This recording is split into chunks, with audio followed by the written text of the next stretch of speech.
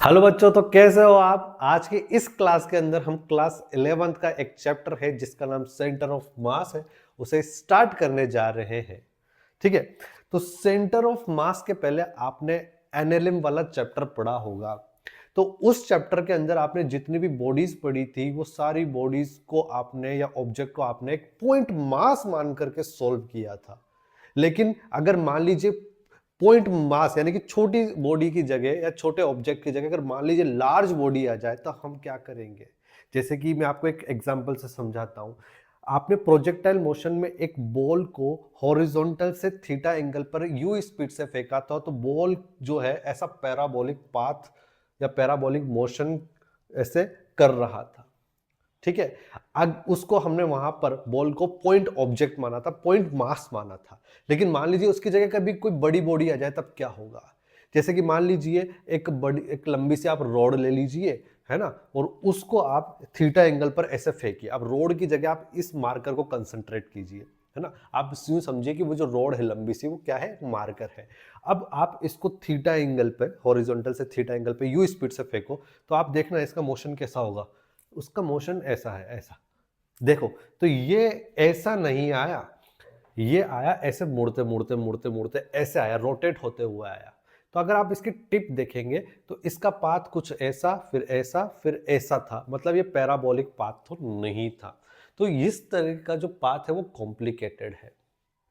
ठीक है, ये जो पाथ हमने बताया अभी इसके टिप का, वो कॉम्प्लिकेटेड है। तो इस कॉम्प्लिकेशन को खत्म करने के लिए, उससे छुटकारा पाने के लिए हमने एक पॉइंट को डिसाइड किया, और उस पॉइंट को हम क्या मान रहे हैं, सेंटर ऑफ मास मान रहे हैं। ये सेंटर ऑफ मास रियल भी हो सकता है और इमेजिनरी भी हो सकता है। आगे जाके हम देखेंगे कि ये जो एक रिंग है, इस रिंग का सेंटर ऑफ मास बीचों बीच होगा, बीच में तो स्पेस है। लेकिन इसलिए मैं क्या बोल सकता हूँ, सेंटर ऑफ मास इमेजिनरी भी हो सकता है और ये रियल भी हो सकता है। रियल कैसे होगा, हम ये बोल सकते हैं, जैसे मान लीजिए ये एक यूनिफॉर्म मार्कर है, इसको मैं जिस पॉइंट पर बैलेंस कर दूं उस पॉइंट को मैं सेंटर ऑफ मास बोलूंगा। तो ये इस पॉइंट पर बैलेंस हो रही है तो इसका सेंटर ऑफ मास ये है। तो ये हमको दिख रहा है, मतलब ये रियल है। दिख रहा कहने का मतलब इसको मैं बोलूंगा ये रियल है, ये रियल है। तो सेंटर ऑफ मास रियल भी हो सकता है और इमेजिनरी भी हो सकता है। ठीक है, और इस चैप्टर के बहुत सारे जो कॉन्सेप्ट है वो हम यहां पर सीखेंगे और आगे आने वाले चैप्टर के अंदर हम उसको अप्लाई भी करेंगे। जैसे कि मैं आपको इस चैप्टर के अंदर है ना सेगमेंट लेना सिखाऊंगा, एलिमेंट लेना सिखाऊंगा। चाहे डिस्क हो गया, रिंग हो गया, स्फीयर हो गया, चाहे वो होलो हो या फिर सॉलिड हो, सिलेंडर हो गया। वहां पर हम इस चैप्टर के अंदर एक एलिमेंट लेना सीखेंगे, एक सेगमेंट लेना सीखेंगे, और यही सेगमेंट वाला जो काम हम यहां सीखेंगे वो दूसरा चैप्टर जैसे कि ग्रेविटेशन हो गया, रोटेशनल मोशन हो गया, इसके अलावा अपना इलेक्ट्रोस्टैटिक हो गया, मैग्नेटिज्म हो गया, इन चैप्टर में हम लोग अच्छे से अप्लाई करेंगे। तो इस चैप्टर की मदद हमको उन चैप्टर्स में मिलेगी। जेई के पॉइंट ऑफ व्यू से देखा जाए तो काफी इंपॉर्टेंट चैप्टर है और इतना टफ चैप्टर भी है नहीं है। खैर, हम तो हमारे चैप्टर पे आते हैं, सेंटर ऑफ मास। ये एक ऐसा पॉइंट है जिसको हम अगर बड़ी बॉडी की बात करें तो बड़ी बॉडी को एक पॉइंट से रिप्रेजेंट किया जा सकता है। That point is known as centre of mass. या फिर हम ये बोल सकते हैं कोई एक लार्ज बॉडी है, उस लार्ज बॉडी का टोटल मास जिस पॉइंट पर कंसंट्रेटेड किया जा सकता है उस पॉइंट को हम बोलेंगे सेंटर ऑफ मास। तीसरा पॉइंट, अगर किसी लार्ज बॉडी पर आपने एक्सटर्नल फोर्स अप्लाई कर दिया तो उस लार्ज बॉडी का ट्रांसलेशनल मोशन वैसा ही होगा जैसा ट्रांसलेशनल मोशन उस सेंटर ऑफ मास का होगा।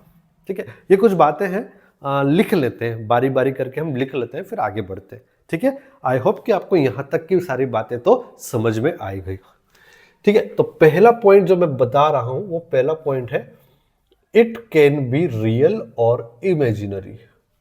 It can be real and imaginary. ये रियल भी हो सकता है और इमेजिनरी भी हो सकता है। वो कैसे हो सकता है मैंने आपको बता भी दिया अभी। ठीक है, सेकंड जो पॉइंट है मैं ये बोल सकता हूं it is a point, it is a point, ये एक ऐसा पॉइंट है एट विच, जिस पर total mass of system, total mass of system is supposed, total mass of system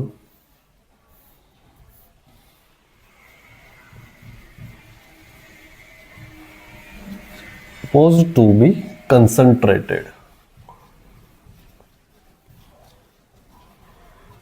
right? मैं तीसरा पॉइंट ये लिख सकता हूं जो कि मैंने आपको बताया था कि किसी लार्ज बॉडी पर अगर आप एक्सटर्नल फोर्स लगाते हो तो उस लार्ज बॉडी का ट्रांसलेशनल मोशन सेम वैसा ही होगा जैसा कि उस सेंटर ऑफ मास का होगा। आई होप कि यहां तक तो आपको बात समझ में आ ही गई होंगी। ठीक है, अब मैं एक पॉइंट ये भी लिख सकता हूं, इट इज अ पॉइंट, ये एक ऐसा पॉइंट है that represent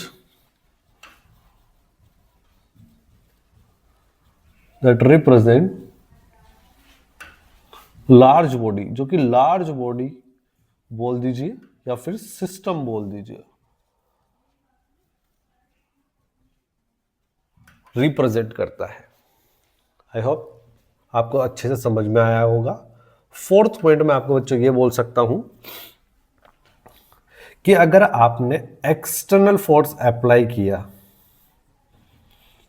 external force is applied, आपने किसी लार्ज बॉडी पर आपने एक्सटर्नल फोर्स अप्लाइड किया तो उस लार्ज बॉडी का ट्रांसलेशनल मोशन, आपने ये एक्सटर्नल फोर्स अप्लाइड किया, ये किस पे किया, on large body, large body पे किया, तो उस लार्ज बॉडी का ट्रांसलेशनल मोशन वैसा ही होगा जैसा कि सेंटर ऑफ मास का होगा। आई होप कि सेंटर ऑफ मास का ट्रांसलेशनल मोशन होगा, या ठीक है। आई होप कि आपको यहां तक बात क्लियरली समझ में आई होगी। नेक्स्ट जो हमारा टॉपिक है वो है मास मोमेंट, वो है मास मोमेंट। क्या है सर ये मास मोमेंट, समझते हैं। मान लीजिए आपका कोई कार्टेशियन सिस्टम है, ये वाई एक्सिस, ये एक्स एक्सिस और ये जेड एक्सिस और ये वाई एक्सिस। यहां पर आपकी कोई एक बॉडी है जिसका मास स्मॉल m है और इस ओरिजिन के रेस्पेक्ट में इस बॉडी का जो पोजीशन वेक्टर है दैट इज r वेक्टर। तो मैं मास मोमेंट को डिफाइन करूंगा, mass moment is equal to जो आपकी बॉडी है वो मास m और r वेक्टर, ये आपका मास मोमेंट होगा। अब इसकी अगर मैं यूनिट की बात करूं तो यूनिट जो हो जाएगी वो हो जाएगी kg इंटू मीटर। ठीक है, अब इस यूनिट के हिसाब से अगर मैं इसका डायमेंशन लिखना चाहूं तो आराम से लिख सकते हैं भाई। वो कितना हो जाएगा, kg का हो जाएगा m और m1 और ये मीटर यानी लेंथ का हो जाएगा l1, ये डायमेंशनल फॉर्मूला। थर्ड पॉइंट में ये लिख सकता हूं कि आप देख सकते हैं ये जो r है क्या है, वेक्टर क्वांटिटी। तो ऑब्वियसली बात है मास मोमेंट भी कौन सा होगा, वेक्टर क्वांटिटी होगा। तो ये वेक्टर क्वांटिटी होगा, और अगर ये वेक्टर क्वांटिटी है तो ऑब्वियसली बात है इसके पास क्या होगी, डायरेक्शन होगी। और मास मोमेंट के पास अगर डायरेक्शन होगी तो जो डायरेक्शन इस r वेक्टर की होगी वही डायरेक्शन मास मोमेंट की होगी। तो हम लिख सकते हैं अलोंग दी r वेक्टर, किसकी तरफ होगी ये, r वेक्टर की तरफ होगी। आई होप कि आपको यहां तक बात क्लियरली समझ में आ गई होगी। अब नेक्स्ट जो टॉपिक है हमारा वो टॉपिक है centre of mass of discrete particles, centre of mass of discrete particles. जो डिस्क्रीट पार्टिकल्स यानी कि बहुत सारे पार्टिकल्स हैं जो कि अलग अलग पड़े हुए हैं, उन सभी को मिलाकर के हम उन सभी का हम क्या निकालना चाह रहे हैं, सेंटर ऑफ मास निकालना चाह रहे हैं। तो वो सेंटर ऑफ मास कैसे निकालेंगे देखते हैं। तो क्या बोला मैंने, centre of mass of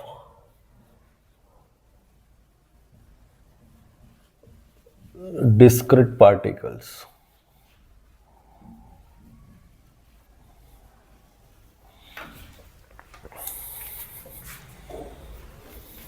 discrete particle का एक सिस्टम है, उस सिस्टम का सेंटर ऑफ मास निकालना चाह रहे हैं हम लोग। तो कैसे निकालेंगे देखते हैं। मान लीजिए, एक मिनट रुकिएगा,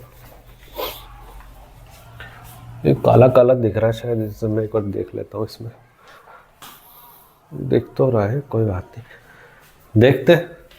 बेटा देखिएगा, ये आपका कोई वाई एक्सिस, ये एक्स एक्सिस, और ये है आपका जेड एक्सिस। यहाँ पे बहुत सारे पार्टिकल्स है। जैसे मान लीजिए एक पार्टिकल ये रहा जिसका मास है m1, ये दूसरा पार्टिकल m2, ये तीसरा पार्टिकल m3, ये मान लीजिए n पार्टिकल्स, तो ये nवा पार्टिकल जिसका मास है n, और ये ऑरिजिन है। ये हो गया आपका, इसको मैं लिख दूंगा r1 वेक्टर, ये हो जाएगा आप लोगों का r2 वेक्टर, और ये हो जाएगा आपका r3 वेक्टर, और ये वाला हो जाएगा rn वेक्टर। यहां तक आपको समझ में आया होगा आई थिंक, ठीक है। मैं निकालना चाहता हूं सेंटर ऑफ मास का position vector. Centre of mass का पोजीशन वेक्टर कैसे निकालेंगे, तो जितने भी मास मोमेंट है उन सब मास मोमेंट को आप ऐड कर दो। तो देखिएगा m1 r1 plus m2 r2 vector plus, ऐसे कितने पार्टिकल्स है, n पार्टिकल्स है, तो mn rn vector upon total mass m1 plus m2 plus dash dash dash mn। यहां पर मैं जितने भी डिस्क्रीट पार्टिकल्स है उन सभी डिस्क्रीट पार्टिकल्स का मैं यहां पे क्या कर सकता हूं, सेंटर ऑफ मास निकाल सकता हूं। ठीक है, आप चाहो तो इसको थोड़ा मैथमेटिकली और हम ढंग से लिख सकते हैं। कैसे लिख सकते हैं, ये जितने भी, ये पहले वाले पार्टिकल का मास मोमेंट, ये दूसरे वाले पार्टिकल का मास मोमेंट, ये nवे पार्टिकल का मास मोमेंट, तो ऐसे हम लिख सकते हैं समेशन या फिर sigma m i r i vector divided by m, summation of m i की वैल्यू कहां से, 1 से लेके n, यहां पे भी i की वैल्यू कहां से बेटा, 1 से लेके n तक। मैं इसको इस तरह से भी लिख सकता हूं। अब जैसे कि आपने ये निकाला ना position vector, centre of mass का जो पोजीशन वेक्टर, वो कहीं भी लाई कर सकता है, वो यहां भी कर सकता है, यहां भी कर सकता है, यहां। वो तो हम जब कैलकुलेट करेंगे तब पता चलेगा कि कहां लाई कर सकता है। मैंने मान लिया कि यहां पर इन डिस्क्रीट पार्टिकल्स का सेंटर ऑफ मास का जो पोजीशन वेक्टर होगा वो यहां का ही है। ये हो जाएगा आपका R centre of mass vector, यहां पे ही है। ठीक है, आई होप कि आपको क्लियरली समझ में आई होगी इतनी बात। तो अगर मैं ये जो आपने आर लिखा है, इसमें एक्स कोऑर्डिनेट भी होगा सेंटर ऑफ मास का, वाई कोऑर्डिनेट भी होगा सेंटर ऑफ मास का, और जेड कोऑर्डिनेट भी होगा।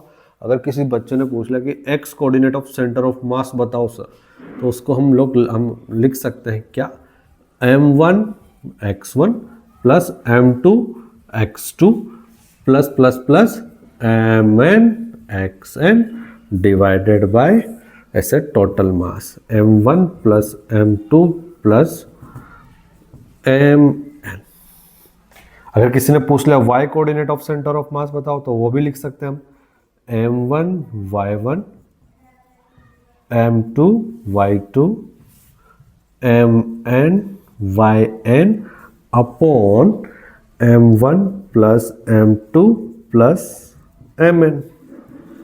और किसी ने पूछ लिया z coordinate of centre of mass बताओ, तो बेटा आप लिख सकते हो यार, z coordinate of centre of मास क्या होगा, m1 z1 plus m2 z2। मैं लिख देता हूँ, m1 z1 plus m2 z2 plus mn zn divided by m1 plus m2 plus dash mn। Clearly समझ में आया होगा आपको, ठीक है। आई होप कि आपको ये बातें जो है डिस्क्रीट पार्टिकल्स सिस्टम है, डिस्क्रीट पार्टिकल्स का उसका सेंटर ऑफ मास कैसे निकालना है वो समझ में आया होगा। अब हम जो बात करेंगे वो बात करेंगे centre of mass of 2 point mass. Centre of mass of 2 point mass. अगर 2 पॉइंट मास दे दिया जाए तो 2 पॉइंट मास का जो सिस्टम बना, 2 पॉइंट मास का जो सिस्टम बना उसका सेंटर ऑफ मास क्या होगा, क्या होगा मतलब कहां होगा वो हमको बताना है। तो हम लोग स्टार्ट करते हैं, देखते हैं। मान लीजिए ये आपका एक पॉइंट मास है m1 और सेम इसी यहां पे इसी लाइन में मैंने दूसरा पॉइंट मास मान लिया m2।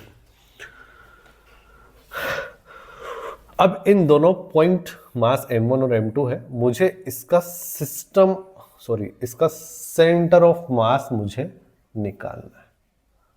मुझे क्या करना बच्चों, इसका सेंटर ऑफ मास निकालना है। और दोनों के बीच का सेपरेशन आप चाहो तो r मान लीजिए, या आप चाहो तो d मान लीजिए, आप चाहो तो x मान लीजिए, जो भी आपकी इच्छा हो बेटा वो मान लीजिए। और मुझे सेंटर ऑफ मास निकालना है, ठीक है। तो जब भी सेंटर ऑफ मास निकालना है तो आप एक काम करें, इस m1 m2 को जोड़ने वाली जो लाइन है इसको आप x एक्सिस मान लीजिए, ये आपका हो गया x एक्सिस। और किसी एक पॉइंट मास को आप y एक्सिस मान लीजिए। तो मैंने m1 को क्या मान लिया, ये y एक्सिस मान लिया बच्चा, ठीक है। अब आप देख सकते हैं कि जो m1 मास पड़ा हुआ है वो ओरिजिन पे पड़ा हुआ है 0,0। मैं लिख सकता हूं इसके कोऑर्डिनेट, और मैं इतना ही इजीली इसका कोऑर्डिनेट भी लिख सकता हूं d,0। मैंने आपको सवाल तो लिखवाया नहीं, खैर कोई बात नहीं, आप मैंने टॉपिक तो लिखवा ही दिया है ना, d,0। तो इसका सेंटर ऑफ मास हम लोग निकालते हैं। x coordinate of centre of मास निकालते हैं। पहले तो देखते हैं बेटा, x coordinate of centre of mass का फॉर्मूला है m1 x1। x कोऑर्डिनेट कितना हो गया इसका, x मतलब x1 कितना हो गया 0 प्लस m2 इंटू x2 कितना हो गया d upon total mass m1 plus m2। तो x coordinate of centre of मास जो हो जाएगा वो हो जाएगा m2 into D upon m1 plus m2। ये होगा बेटा। अगर आप मैंने आपसे पूछा y coordinate of centre of मास निकाले, तो y coordinate of centre of मास हो जाएगा m1 y1, y1 कितना हो गया 0 प्लस m2 y2, y2 कितना हो गया 0 upon total mass m1 plus m2। तो कितना होने वाला है, 0 ही होने वाला है। तो आप इस बात से एक निष्कर्ष निकाल सकते हैं, एक नतीजे पर आप लोग यहां पर पहुंच सकते हैं। वो नतीजा क्या है सर, वो नतीजा ये है कि अगर x एक्सिस के अलॉन्ग 2 पॉइंट मासेस पड़े हो तो उन 2 पॉइंट मासेस का सेंटर ऑफ मास जो होगा वो हमेशा कहां पर होगा, x एक्सिस पर ही होगा। मतलब उसका y coordinate of centre of मास कितना होगा, हमेशा 0। अगर 2 पॉइंट मासेस y एक्सिस पे पड़े हो तो उनका सेंटर ऑफ मास जो होगा उसका x कोऑर्डिनेट हो जाएगा 0। वो किस एक्सिस पर होगा, y एक्सिस पर ही होगा। तो ये x, तो अगर मैं इसका सेंटर ऑफ मास का पोजीशन लिखना चाहूं, सेंटर ऑफ मास का पोजीशन लिखना चाहूं, position of centre of mass लिखना चाहूं, तो x1, 0 sorry x coordinate of centre of mass और y coordinate of centre of mass. तो ये कितना हो गया m2d upon m1 plus m2, 0। अगर किसी इंसान ने आपसे पूछ लिया कि ये आप मुझे बताओ, जैसे कि मान लीजिए ये यहाँ कहीं है इधर, तो इसका position of centre of mass या फिर सेंटर ऑफ मास का पोजीशन कहाँ क्या होगा, m2d upon m1 plus m2 coma 0। तो यहां से मैं इसको मान लेता हूं x1 और इस m2 से इस सेंटर ऑफ मास के पोजीशन को मैं मान लेता हूं x2। तो x1 तो मुझे इजीली मिल गया बेटा, x1 कितना आ गया, m2 into D upon m1 plus m2, right. और मुझे किसकी बात करनी है, x2 की बात करनी है। तो मैं x2 को क्या लिख सकता हूं, x2 को लिख सकता हूं, ये x2 को मैं लिख सकता हूं इस पूरे d में से किसको माइनस कर दो, x1 को, तो हो जाएगा d माइनस x1। तो जैसे मैंने ये d माइनस x1 किया, तो d माइनस x1 कितना है, m2 into D upon m1 plus m2। तो ये m2d माइनस m2d तो कैंसिल हो जाएगा, तो बचेगा क्या, ये आ जाएगा m1 into D upon m1 plus m2। तो जो ये आया वो क्या है आपका x2, यानी कि उस सेंटर ऑफ मास का डिस्टेंस कहां से, x2 sorry point mass m2 से, और ये x1 जो है ये सेंटर ऑफ मास का डिस्टेंस कहां से, पॉइंट मास m1 से,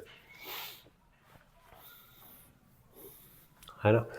तो एक नतीजा और मैं आपको यहां पे बताना चाहता हूं, वो एक नतीजा और क्या है, अगर मैं इन दोनों को डिवाइड कर दूं कि x1 अपॉन x2, तो x1 अपॉन x2 करोगे तो आप देख सकते हो m1 प्लस m2 से m1 प्लस m2 तो कैंसिल हो जाएगा, d से d कैंसिल हो जाएगा, तो ये जो होगा m1 ऊपर चल जाएगा, तो कितना, सॉरी x1 अपॉन x2 करें ना, हाँ m2 अपॉन m1 हो जाएगा, ठीक है।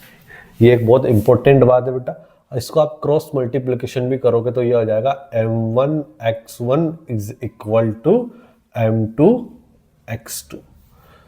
ये रहा बढ़िया सा सिस्टम, आप चाहो तो इसको याद कर सकते हो, क्योंकि हमारे आने वाले कुछ अच्छे सवालों में इसका यूज किया जा सकता है, किया जाएगा, ठीक है। तो एक बात और मैं आपको बोलना चाहता हूं कि सेंटर ऑफ मास का जो ये आया, तो ये m1 मतलब सेंटर ऑफ मास का जो पोजीशन आया वो किस पे आया, m1 और m2 को जोड़ने वाली लाइन के सेगमेंट पे आया। इसका मतलब कभी भी अगर आपका दो पॉइंट मास x एक्सिस पे पड़े हो, ये x एक्सिस पे पड़ा है, तो ये जोड़ने वाली line segment, it means m1 से m2 को जोड़ने वाली लाइन, यहां m1 से m2 तक यहां तक की लाइन, तो सेंटर ऑफ मास यही होगा, इसके राइट साइड नहीं होगा, इसके लेफ्ट साइड नहीं होगा। इसका मतलब मैं बोल सकता हूं कि centre of mass will lie कहां पर पड़ा रहेगा, ये पॉइंट मासेस को जोड़ने वाली लाइन सेगमेंट पे पड़ा रहेगा। दूसरी बात कि जो डिस्टेंस है पॉइंट मासेस से, वो मतलब x1 और x2 ये क्या है, सेंटर ऑफ मास का जो सेंटर ऑफ मास का डिस्टेंस है बेटा, ये पॉइंट मासेस से, वो मास पॉइंट मास के इनवर्सली प्रोपोर्शनल होता है। तो मैं यहां से एक बात ये लिख सकता हूं, पहली बात कि क्या लिख सकता हूं कि जो x है वो इनवर्सली प्रोपोर्शनल होगा मास के। इसका मतलब क्या हुआ, इसका मतलब यह हुआ अगर जहां पर मास ज्यादा होगा, आपका सेंटर ऑफ मास उस पॉइंट मास से दूर होगा, सॉरी वहां से सेंटर ऑफ मास का डिस्टेंस जो है वो नजदीक होगा, मैंने उल्टा बोल दिया बेटा। जिस पॉइंट मास की बात कर रहे हैं, अगर उसका मास ज्यादा है तो सेंटर ऑफ मास उसके नजदीक होगा, अगर ये मास कम है तो सेंटर ऑफ मास का डिस्टेंस उस पॉइंट मास से ज्यादा होगा। आप आई होप कि आपको यहाँ तक बात समझ में आ गई होगी, यहाँ तक की कोई दिक्कत नहीं हुई होगी। और दूसरा पॉइंट मैं बोल सकता हूं, centre of mass lie on segment line joining के सेगमेंट पर सेंटर ऑफ मास पड़ा रहेगा।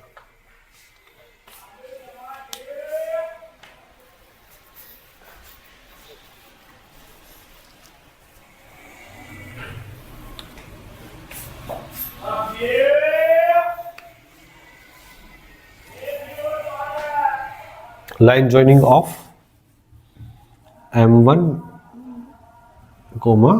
M2। ठीक है, आई होप कि आपको यहां तक बात समझ में आ गई होगी। नेक्स्ट मैं वहां पर पॉज करता हूं और इसको रब करता हूं। ठीक है,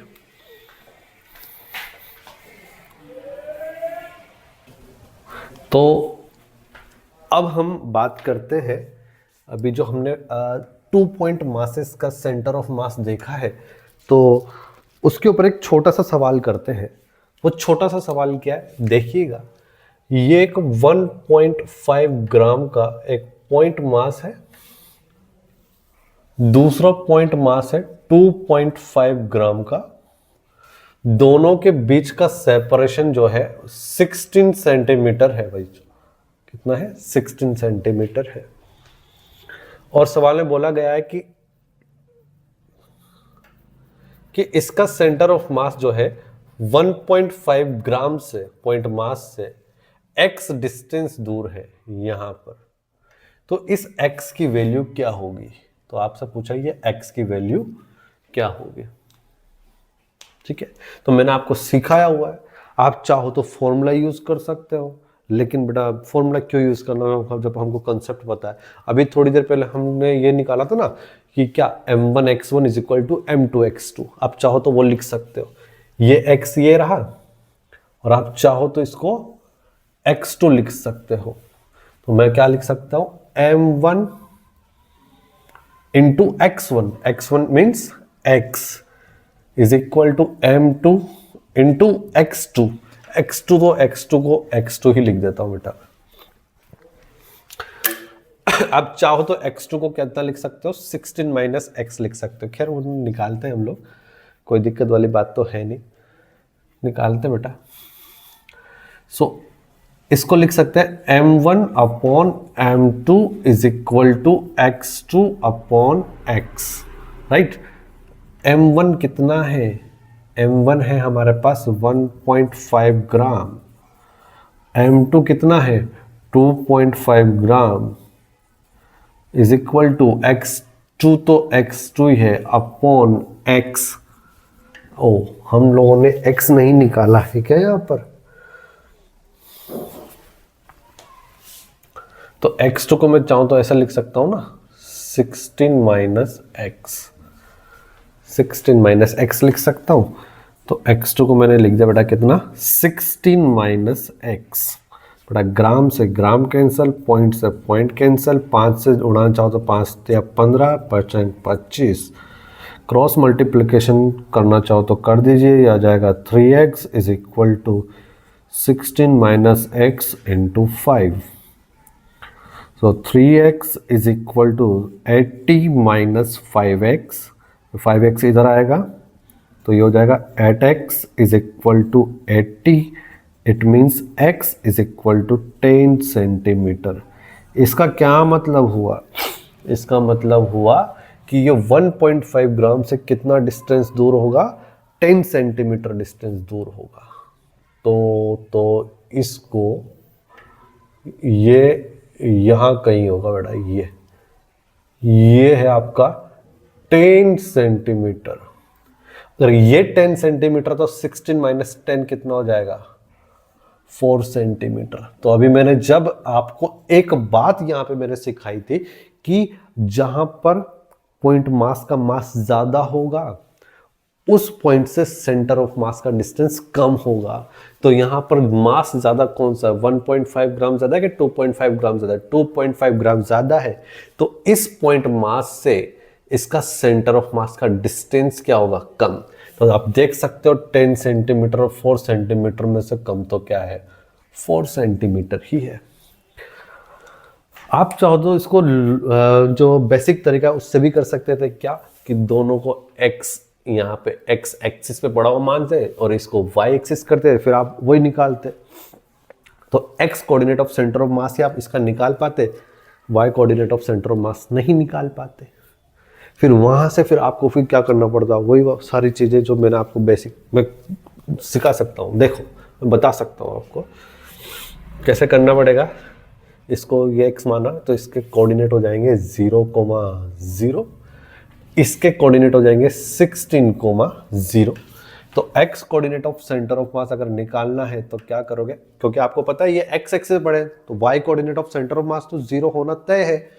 तो y coordinate of centre of mass तो 0 होना तय है। x coordinate of centre of मास कितना हो जाएगा, 1.5 into 0 plus 2.5 into 16 upon total mass. ये हो गया 2.5 और ये हो गया 1.5। तो ये हो जाएगा 1.5 प्लस 2.5 दैट इज, तो ये हो जाएगा 25 इंटू 16 अपॉन 10 इंटू, बेटा ये हो जाएगा आपका 40 नहीं बेटा 4। तो 4 से ये 4 बार आप लिख सकते हो 25 इंटू 4 100 बटे 10 that is your 10 centimetre. 10 centimetre उससे भी निकाल सकते थे बेटा। आई होप कि आपको यहां तक बात क्लियरली समझ में आई कि नहीं आई, आ गई होगी। नेक्स्ट क्वेश्चन की तरफ पढ़ते हैं। नेक्स्ट क्वेश्चन क्या बोल रहा है देखिएगा। ये मान लीजिए क्वेश्चन है कि एक पॉइंट मास है m1 और ये दूसरा पॉइंट मास है m2, ठीक है।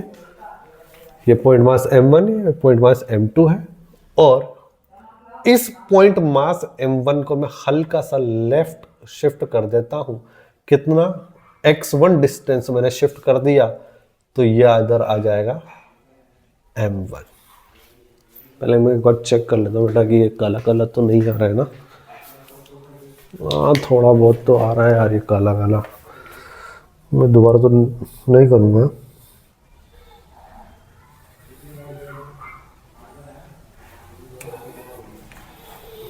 चलो कोई नहीं, देखो है ना, मैंने m1 मास को हल्का सा लेफ्ट शिफ्ट कर दिया। तो क्वेश्चन बोलता है if m1 is displaced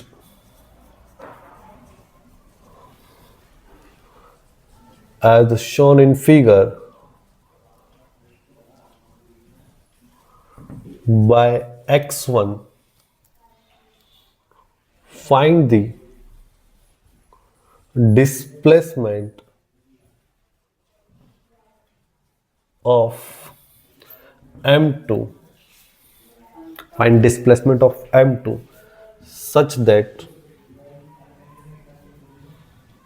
center of mass will remain same, unchanged या फिर same, ताकि सेंटर ऑफ मास चेंज बिल्कुल भी ना हो। देखिए सुनिएगा, इतना तो मुझे समझ में आ गया कि अगर ये m1 है ये m2 है तो सेंटर ऑफ मास यहाँ कहीं ना कहीं लाई कर रहा होगा, ठीक है। अगर मैंने इस m1 को हल्का सा इधर शिफ्ट कर दिया, अगर ये मान लीजिए m1 m2, तो सेंटर ऑफ मास यहाँ कहीं है। मैं कहीं भी शिफ्ट नहीं कर रहा हूं इनको, ये दोनों ऐसे पड़े तो सेंटर ऑफ मास वहीं का वहीं पड़ा रहेगा। लेकिन अगर मैंने इस m1 को इधर शिफ्ट कर दिया x1, तो सेंटर ऑफ मास क्या यही पड़ा रहेगा या चेंज होगा? ऑब्वियसली बात है बेटा, चेंज होगा। चेंज होगा कि नहीं होगा? होगा। तो मैंने क्वेश्चन पूछा है कि सेंटर ऑफ मास जो है वो चेंज नहीं होना चाहिए, तो m2 को किधर शिफ्ट करूंगा?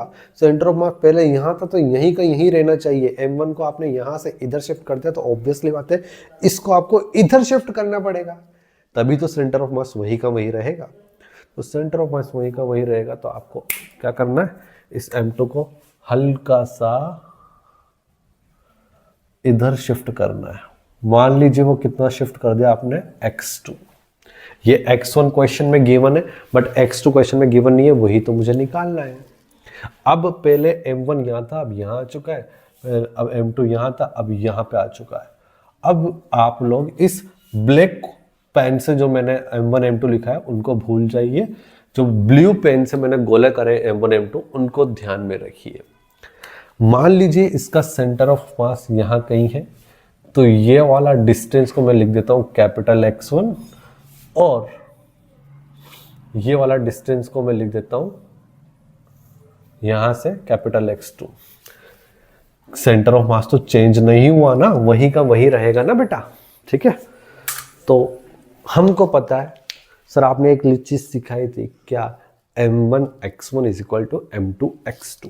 तो मैं लिख सकता हूं ये m1 x1 की जगह x1 मीन्स समझ रहे हो ना, x1 वो पॉइंट है या फिर वो डिस्टेंस है पॉइंट मास m1 से जहां सेंटर ऑफ मास लाई कर रहा है। x1 वो डिस्टेंस है पॉइंट मास m1 से जहां सेंटर ऑफ मास लाई कर रहा है। तो यहां से सेंटर ऑफ मास लाई कहां कर रहा है, इस पॉइंट से यहां पर। तो कितना हो गया, x1 plus capital x1 plus capital x1 is equal to m2 capital x2 plus small x2। So ये हो गया m1 x1 plus m1 capital x1 is equal to m2 capital x2 plus m2 small x2।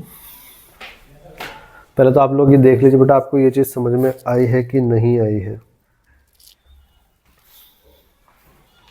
समझ में आ गई, ठीक है। एक बात और, जब ये पॉइंट मासेस m1 यहां पे था और m2 यहां पे था, तब मैं यही वाली इक्वेशन जो मैंने याद करी है, जो बेटा मैंने याद करी लर्न करी थी पहले, m1 x1 is equal to m2 x2, तब कैसे लिखूंगा, तब लिखूंगा m1 capital x1 is equal to m2 capital x2 बराबर होगा। अब ये यहां पे काम आएगा, स्मॉल m1 कैपिटल x1 ये रहा, स्मॉल m2 कैपिटल x2 ये रहा। बेटा ये इक्वल है तो कैंसिल आउट हो जाएंगे, जैसे ये कैंसिल आउट हुए तो मेरे पास बच गया m1 x1 is equal to m2 x2। मुझे m1 गिवन है, m2 गिवन है, x1 गिवन है, x2 गिवन नहीं है, वही मुझे निकालना था। So x2 is equal to m1 x1 upon m2, ये रहा। कितना डिस्प्लेस करना पड़ेगा मुझे, m1 upon m2 into x1, इतना मुझे यहां पर इसको डिस्प्लेस्ड करना पड़ेगा। आई होप कि आपको यहां तक बात क्लियरली समझ में आ गई होगी, ठीक है। नेक्स्ट आगे बढ़ते हैं, centre of mass of uniform road, उसके बारे में हम देखते हैं। यूनिफॉर्म रोड का सेंटर ऑफ मास निकालते हैं बच्चा, क्या होता है। यूनिफॉर्म रोड का सेंटर ऑफ मास निकालने से पहले अभी तक हम लोग सेंटर ऑफ मास किसका निकाल रहे थे, एक ऐसा सिस्टम जिसके अंदर डिस्क्रीट पार्टिकल, मतलब जो डिस्क्रीट पार्टिकल से मिलकर बना है। m1 यहाँ है तो m2 यहाँ है, m3 यहाँ है, m4 वहाँ है, m5 वहाँ है, m6 वहाँ है, mn नीचे है। तो इन सबको मिला के एक सिस्टम बन रहा है और उन सब डिस्क्रीट पार्टिकल के सिस्टम का सेंटर ऑफ मास निकालना सीख लिए। अगर मान लीजिए डिस्क्रीट पार्टिकल्स खत्म करके अगर हम कंटिन्यूअस मास बॉडी लेकर के आ जाए तब क्या होगा, तो वही चीज centre of mass of continuous mass body. अगर कंटिन्यूअस मास बॉडी आ जाए तो उसका सेंटर ऑफ मास कैसे निकालेंगे बच्चों, ठीक है। ये मान लीजिए y एक्सिस और ये है एक्स एक्सिस। मान लीजिए अब कोई कंटिन्यूअस मास बॉडी है कुछ इस तरह से, ये कंटिन्यूअस मास बॉडी जिसका मास कैपिटल एम है, ये ऑरिजिन है। तो कंटिन्यूअस मास बॉडी जो है इससे बहुत सारे हजारों लाखों पार्टिकल या पॉइंट मासेस से मिलकर के ही तो कंटिन्यूअस मास बॉडी बनी है। तो उनमें से किसी एक पॉइंट मास लेता हूं मैं, उनमें से कोई सा एक पॉइंट मास ले लिया मैंने। मान लीजिए यहां पे मैंने एक पॉइंट मास ले लिया छोटा सा डीएम, और उसका पोजीशन वेक्टर मैंने लिख लिया बेटा आर वेक्टर। ऐसे मैं डीएम लेता जाऊंगा, उसका पोजीशन वेक्टर लिखूंगा, फिर डीएम लूंगा उसका पोजीशन वेक्टर, फिर मैं डीएम लूंगा उसका पोजीशन वेक्टर। ऐसे मैं बहुत सारे डीएम लेता रहूंगा, उनका पोजीशन वेक्टर लिखता रहूंगा और उन सबको जोड़ दूंगा, अपॉन टोटल मास से डिवाइड कर दूंगा, तो मुझे वहां पे कंटिन्यूअस मास बॉडी का सेंटर ऑफ मास मिल जाएगा। कैसे दिखाता हूं, ऐसे मैंने एक छोटा सा पॉइंट मास लिया डीएम, उसका पोजीशन वेक्टर कितना है आर वेक्टर। ऐसा लेता रहूंगा लेता रहूंगा लेता रहूंगा, उन सभी छोटे पॉइंट मास का पोजीशन वेक्टर के जो मास मोमेंट बना उन सबको जोड़ दूंगा। यही तो फॉर्मूला लिखे थे हम लोग पहले, डिस्क्रीट पार्टिकल के जो सिस्टम है उसका सेंटर ऑफ मास निकालने का। क्या लिखे थे ना, summation of mass moment upon total mass. तो समेशन यानी कि समेशन, अब कंटिन्यूस मास बॉडी आएगी तो बेटा मुझे समेशन के लिए इंटीग्रेशन यूज करना पड़ेगा डिवाइडेड बाय टोटल मास, या फिर लिख सकते हो divided by integration of DM, right. तो ये क्या लिख रहा हूं मैं, सेंटर ऑफ मास का पोजीशन वेक्टर।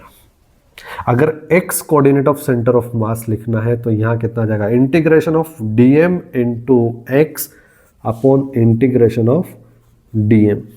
आप चाहो तो इसको ऐसे लिख सकते हो, integration of dm into R vector upon dm dm dm dm dm dm dm dm dm सब जोड़ दोगे तो टोटल मास कितना आ जाएगा, कैपिटल M। तो ये हो गया आपका कैपिटल M। तो मैं इसको लिख सकता हूँ integration of dm into x upon total mass capital M। आप चाहो तो y coordinate of centre of मास लिख सकते हैं, तो y coordinate of centre of मास को मैं लिख सकता हूँ integration of y dot dm upon integration of dm को लिख दो, चाहो तो कैपिटल M मास लिख दो। z coordinate of centre of mass लिखना है तो उसका भी मैं लिख सकता हूं integration of dm into Z upon integration of dm। ये कुछ बातें थी। तो ये जो मैंने आपको कॉन्सेप्ट सिखाया है ये किसके लिए है, जब कभी कोई कंटिन्यूअस मास बॉडी आ जाए या ऑब्जेक्ट आ जाए तो उसका सेंटर ऑफ मास कैसे निकालते हैं उसको मैंने आपको यहां पर सिखा दिया है। तो मैं एक नेक्स्ट क्वेश्चन ले रहा हूं। नेक्स्ट क्वेश्चन कौन सा है, एक यूनिफॉर्म रोड की अगर मैं बात करूं तो उसका मुझे सेंटर ऑफ मास निकालना है। यूनिफॉर्म रोड की मैं बात करूं तो उसका मुझे सेंटर ऑफ मास निकालना है। जैसे कि मान लीजिए ये m मास की और l लेंथ की यूनिफॉर्म रोड है। यूनिफॉर्म रोड का मतलब समझ में आ गया, यूनिफॉर्म रोड का मतलब है इक्वल लेंथ पर इक्वल मास। तो मुझे इसका सेंटर ऑफ मास निकालना भी गया। अच्छा, तो मुझे इनमें से ही कोई कॉन्सेप्ट लगाना पड़ेगा। पहली बात तो आप देख लो कि जो ये रोड है वो कैसे एक्स एक्सिस के अलोंग लेटी हुई है, तो इसका जरूर x coordinate of centre of mass आएगा, y coordinate of centre of mass और z coordinate of centre of mass तो 0 हो जाएगा। तय बात है बेटा, तय बात है। चलो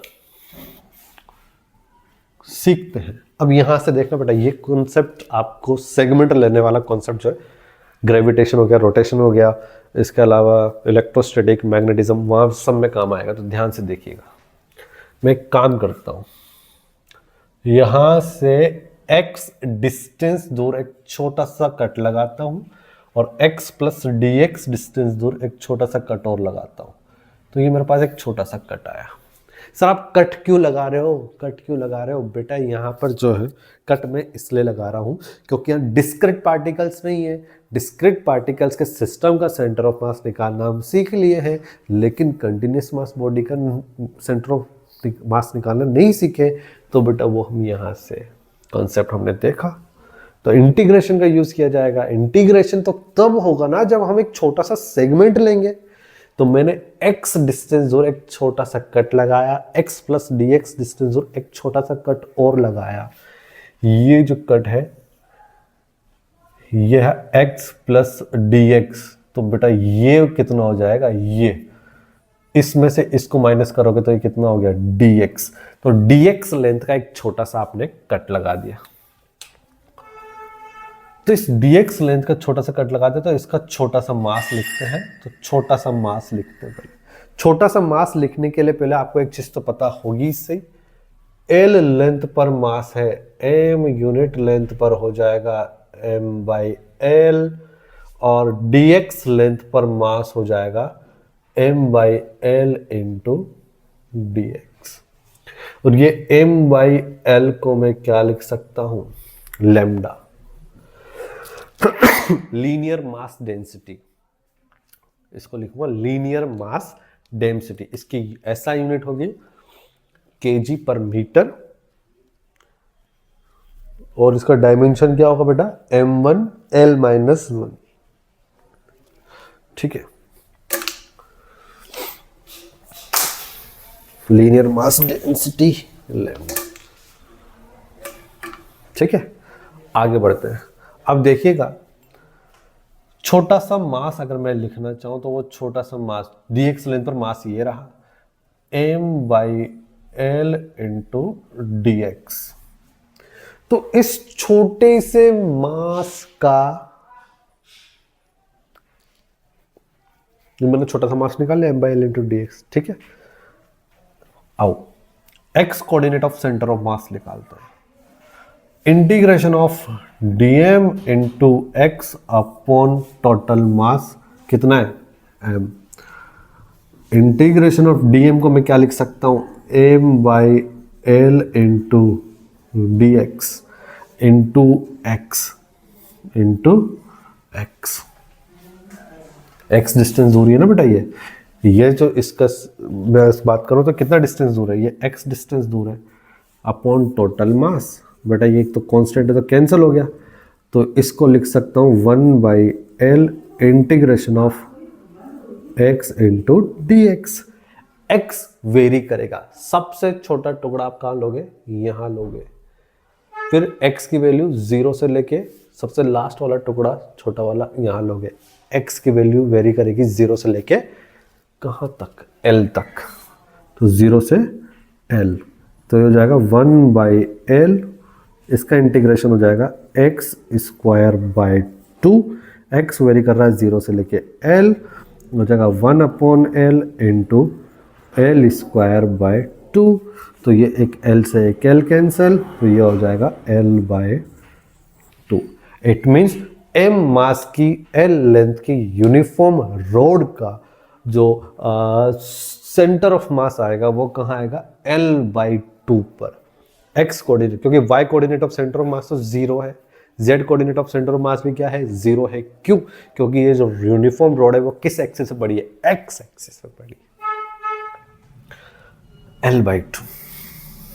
इट मीन्स अगर position of centre of mass लिखना चाहते हो तो कितना आ जाएगा इसका, l बाई 2 0 0, ऐसा कुछ आ रहा है बेटा। ये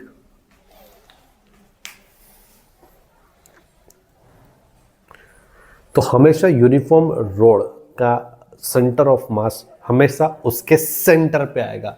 ये अगर L लेंथ है तो L बाई 2 यहाँ कहीं ना कहीं होगा, तो इसका सेंटर ऑफ मास इस जगह लाई करेगा। तो मेरे अब यहाँ पर रोड तो हमारे पास फिजिकल है, सामने दिख रही है, तो उसका सेंटर ऑफ मास एकदम बीचों बीच, तो हम बोल सकते हैं इट कैन बी रियल। तो हमने स्टार्टिंग वाले टाइम पर हमने एक पॉइंट लिखा था, इट कैन बी रियल और इट कैन बी इमेजिनरी। तो वहाँ पर जो हमने लिखा था ना, इट कैन बी रियल, साबित हो गया बेटा, साबित हो गया। ठीक है, जैसे कि ये रोड यूनिफॉर्म रोड है, तो इसका सेंटर ऑफ मास एकदम बीचों बीच में लाई करेगा, ऐसे देख सकते हो आप। ठीक है, आई थिंक आपको यहाँ तक तो बात क्लियरली समझ में आ गई होंगी। नेक्स्ट एक क्वेश्चन की तरफ और बढ़ते हैं हम लोग। मान लीजिए ये है आपकी एक ऐसे हॉरिजॉन्टल एल लेंथ की रोड, और एक ये है वाई एक्सिस पर वर्टिकली एल लेंथ की रोड। इसकी लेंथ भी एल है और इसकी लेंथ भी एल है। तो आपसे पूछा गया है इसका सेंटर ऑफ मास कहाँ होगा, सेंटर ऑफ मास को लोकेट करो। तो देखो मैं एक बात और बताना चाहता हूँ, जैसे आपने इस यूनिफॉर्म रोड का सेंटर ऑफ मास निकाला, तो आप देख सकते हैं कि ये यूनिफॉर्म रोड जो है ये वाई एक्सिस के अबाउट सिमेट्री है। ये इसके जितना इधर है उसके इतना ही इधर है। इट मीन्स हम बोल सकते हैं इसका सेंटर ऑफ मास बीचों बीच लाई करेगा। ठीक है, तो उसी तरह से अगर ये इसका मास, मैं क्वेश्चन बता दूं, पहले लिख देता हूं। क्वेश्चन है locate the centre of mass, centre of मास को लोकेट करो। तो इसका मास है m, इसकी लेंथ है l, उसी तरह से इसका भी मास है m और लेंथ है l। तो मुझे तो इतना समझ में आया कि सर आपने जो सिखाया कि अगर कोई यूनिफॉर्म रोड है तो उसका सेंटर ऑफ मास बीचों बीच पड़ा रहता है, तो उसी तरह से इसका सेंटर ऑफ मास भी बीचों बीच यहाँ कहीं पड़ा होगा। इसके कोऑर्डिनेट हो जाएंगे l/2, 0। एक्स एक्सिस से पड़ा है तो y coordinate of centre of मास 0। उसी तरह से इस y एक्सिस के अलोंग जो वर्टिकली एक रोड पड़ी है उसका सेंटर ऑफ मास भी कहाँ होगा, इसके सेंटर पे, उसका सेंटर यहाँ होगा। ठीक है, तो आप देख सकते हैं इसका x कोऑर्डिनेट अगर मैं लिखना चाहूँ तो वो कितना हो जाएगा 0। और अगर आप चाहो तो इसको ऐसे भी कर सकते हैं कि इसको अगर आपने x एक्सिस मान लिया, this is your x axis, तो आप देख सकते हो ये इस x एक्सिस के अबाउट, या फिर बोल सकते हो कि ये एक सिस्टम जो है सिमेट्रिक नजर आ रहा है ना, सिमेट्रिक सिस्टम आपको नजर आ रहा है। ठीक है, तो ये हो गया आपका 0,0 और इसका सेंटर ऑफ मास का कोऑर्डिनेट l/2, 0। तो सेंटर ऑफ मास इस पूरे सिस्टम का अगर मैं लिखना चाहूं तो x coordinate of centre of मास कितना हो जाएगा m1 x1, यानी कि ये m इंटू x1 कितना है 0 प्लस m इंटू x2 कितना है l/2 upon total mass 2m। तो ये हो गया m से m कैंसिल, तो ये हो जाएगा l/4। y coordinate of centre of मास अगर लिखना चाहोगे तो कितना हो जाएगा m into 0 plus m into 0 upon 2m। तो इसका तो आ गया 0। आई होप कि आपको यहाँ तक की बात क्लियरली समझ में आई होगी।